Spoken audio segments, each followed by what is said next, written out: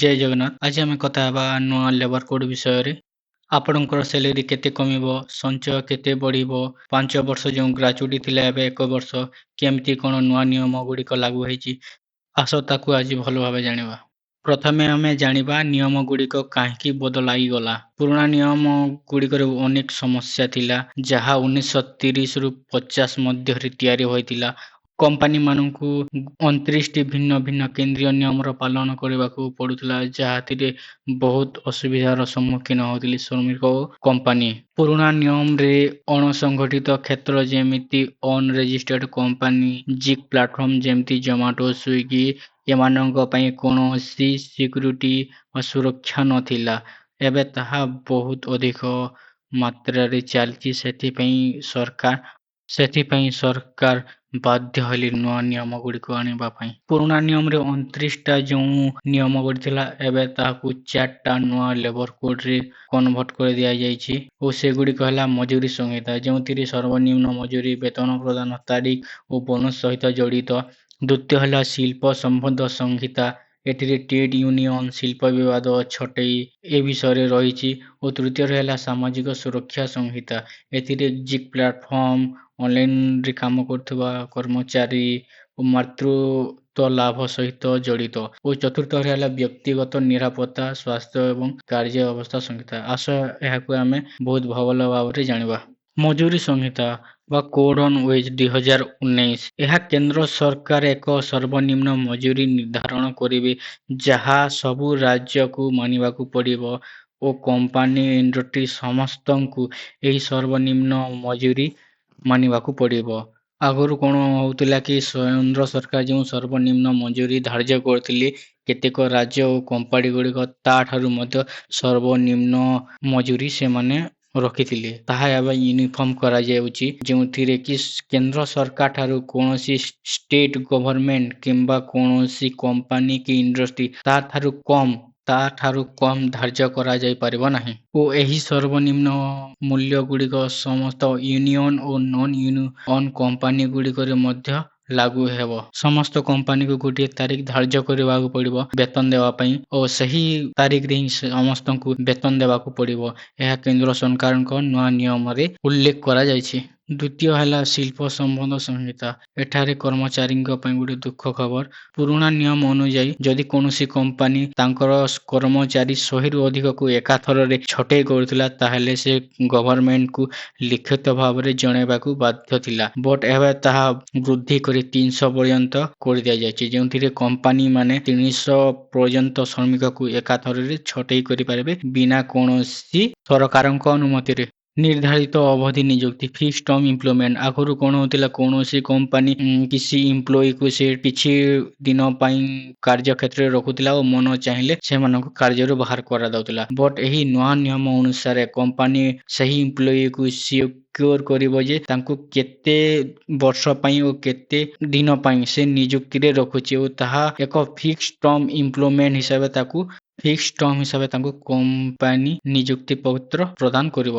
ତୃତୀୟ ହେଲା ସାମାଜିକ ସୁରକ୍ଷା ସଂହିତା। ଏହି ସଂହିତାରେ ସରକାର ଜିଗ୍ ପ୍ଲାଟଫର୍ମ ଯେମିତି ଜୋମାଟୋ, ସ୍ୱାଗି ଯେଉଁ ଅନଲାଇନ ଡେଲିଭରି ବୟ ସେମାନଙ୍କ ପାଇଁ ସୁରକ୍ଷାର କିଛି ନିୟମ ଆଡ୍ କରିଛନ୍ତି, ଯେଉଁଟାକି ଆଜିକାଲି ବହୁତ ଜରୁରୀ। ପୁରୁଣା ନିୟମରେ ଏଗୁଡ଼ିକର କିଛି ଉଲ୍ଲେଖ ନଥିଲା, ସେଥିପାଇଁ ତାଙ୍କର ଜବ୍ ସିକ୍ୟୁର ନଥିଲା। ଏହି ନୂଆ ନିୟମ ଅନୁସାରେ ସେମାନଙ୍କ ଜବ୍ ଏବେ ସିକ୍ୟୁର ରହିପାରିବ। ଯଦି କୌଣସି ଶ୍ରମିକ ବା କର୍ମଚାରୀ ନିଜର ରାଜ୍ୟ କିମ୍ବା କମ୍ପାନୀ ଚେଞ୍ଜ କରୁଛନ୍ତି, ତାଙ୍କର ସାମାଜିକ ସୁରକ୍ଷାରେ କିଛି ବଦଳିବ ନାହିଁ ଏହି ନୂଆ ନିୟମ ଅନୁସାରେ। ଚତୁର୍ଥ ହେଲା OSHWC ସଂହିତା। ଏହି ସଂହିତାରେ ଏକକ ଲାଇସେନ୍ସ, ଯେଉଁ ଠିକାଦାରମାନଙ୍କ ପାଇଁ 5 ବର୍ଷ ପାଇଁ ଏକ ଲାଇସେନ୍ସ ବ୍ୟବସ୍ଥା କରାଯାଇଛି। ଆଗରୁ କ'ଣ ଠିକାଦାରମାନଙ୍କୁ ପ୍ରତି 2-3 ବର୍ଷରେ ଲାଇସେନ୍ସ ରିନ୍ୟୁ କରିବାକୁ ପଡୁଥିଲା, ଏହା ତାକୁ 5 ବର୍ଷ କରିଦିଆଯାଉଛି। ଏହା ସହିତ କିଛି ନିର୍ଦ୍ଦିଷ୍ଟ ବର୍ଗ ଶ୍ରମିକମାନଙ୍କୁ ବାର୍ଷିକ ମାଗଣା ଚିକିତ୍ସା ଯାଞ୍ଚ ବାଧ୍ୟତାମୂଳକ କରାଯାଉଛି, ଯେମିତି ମାଇନିଂ ହେଲା କିମ୍ବା କେଉଁମାନେ କନଷ୍ଟ୍ରକ୍ସନରେ କାମ କରୁଛନ୍ତି ସେମାନଙ୍କୁ ବାର୍ଷିକ ମାଗଣା ଚିକିତ୍ସା ଯାଞ୍ଚ ବାଧ୍ୟତାମୂଳକ କରିଦିଆଯାଇଛି। ଓ ଏହି ନୂଆ ନିୟମରେ ମହିଳାମାନଙ୍କ ପାଇଁ ବହୁତ ସୁବିଧା ରହିଛି, ସେମାନେ ରାତି ସିଫ୍ଟରେ ମଧ୍ୟ କାମ କରିବେ। ଆଗରୁ ଯେମିତି ପୁରୁଣା ନିୟମରେ ଏହା ନଥିଲା କି କୌଣସି ମହିଳାକୁ ରାତି ସିଫ୍ଟ କରିବା ପାଇଁ ପରମିଶନ ନଥିଲା, ବଟ୍ ଏବେ ମହିଳାମାନେ ରାତି ସିଫ୍ଟ ବି କରିପାରିବେ। ଏବେ ଜାଣିବା ଶ୍ରମିକମାନଙ୍କ ପାଇଁ ଲାଭ କଣ? ଏବେ ସବୁ ଶ୍ରମିକକୁ ସାରା ଦେଶରେ ଗୋଟିଏ ସର୍ବନିମ୍ନ ମଜୁରୀ ସୁନିଶ୍ଚିତ କରିଛି। ସେମାନେ ଯେଉଁଠିରେ ବି କାମ କଲେ ତାଠାରୁ କମ୍ ପଇସା ପାଇବେ ନାହିଁ। ତାଠାରୁ ଅଧିକା ହିଁ ପାଇବେ ଓ ଏହା କିଛି ରାଜ୍ୟ ତାଠାରୁ ବଢ଼େଇ ବି ପାରନ୍ତି। କିନ୍ତୁ ତାଠାରୁ କେହି କମ୍ ସାଲେରୀ ଧାର୍ଯ୍ୟ କରିପାରିବେ ନାହିଁ। ବଡ଼ ପରିବର୍ତ୍ତନ ହେଲା ଆମ ଅନଲାଇନ୍ ପ୍ଲାଟଫର୍ମରେ କାମ କରୁଥିବା ସ୍ୱିଗି, ଜୋମାଟୋ ସେମାନଙ୍କ ପାଇଁ ଆଗରୁ କୌଣସି ସାମାଜିକ ସୁରକ୍ଷା ବା ଜବ୍ ସିକ୍ୟୁରିଟି ପାଇଁ କିଛି ନିୟମ ଉଲ୍ଲେଖ ନଥିଲା ପୁରୁଣା ନିୟମରେ। ଏହି ନୂଆ ନିୟମ ଅନୁଯାୟୀ ସେମାନେ ନିଜର ଜବ୍‌କୁ ସିକ୍ୟୁର କରିପାରିବେ।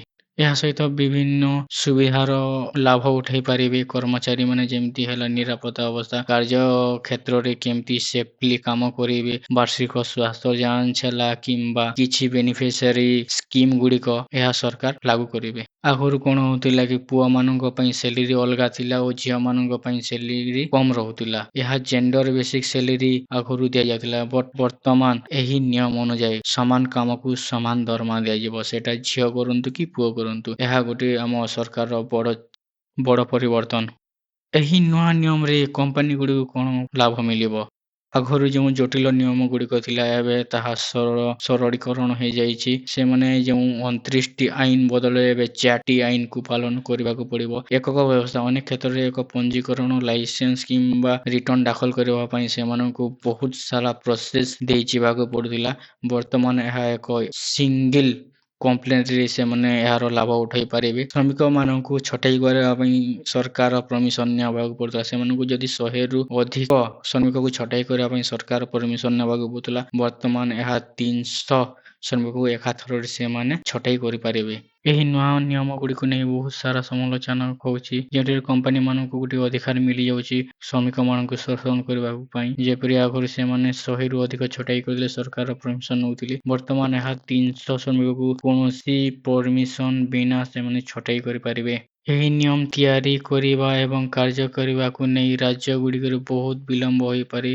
ଯେଉଁ ଶ୍ରମିକମାନଙ୍କ ପାଇଁ ସାମାଜିକ ସୁରକ୍ଷା କମ୍ପାନୀମାନଙ୍କୁ ଆଦେଶ ଦିଆଯାଇଛି, ତାହା କମ୍ପାନୀମାନେ କିପରି ତାହାକୁ ପାଳନ କରିବେ ତାହା ଏବେ ସ୍ପଷ୍ଟ କରାଯାଇନାହିଁ।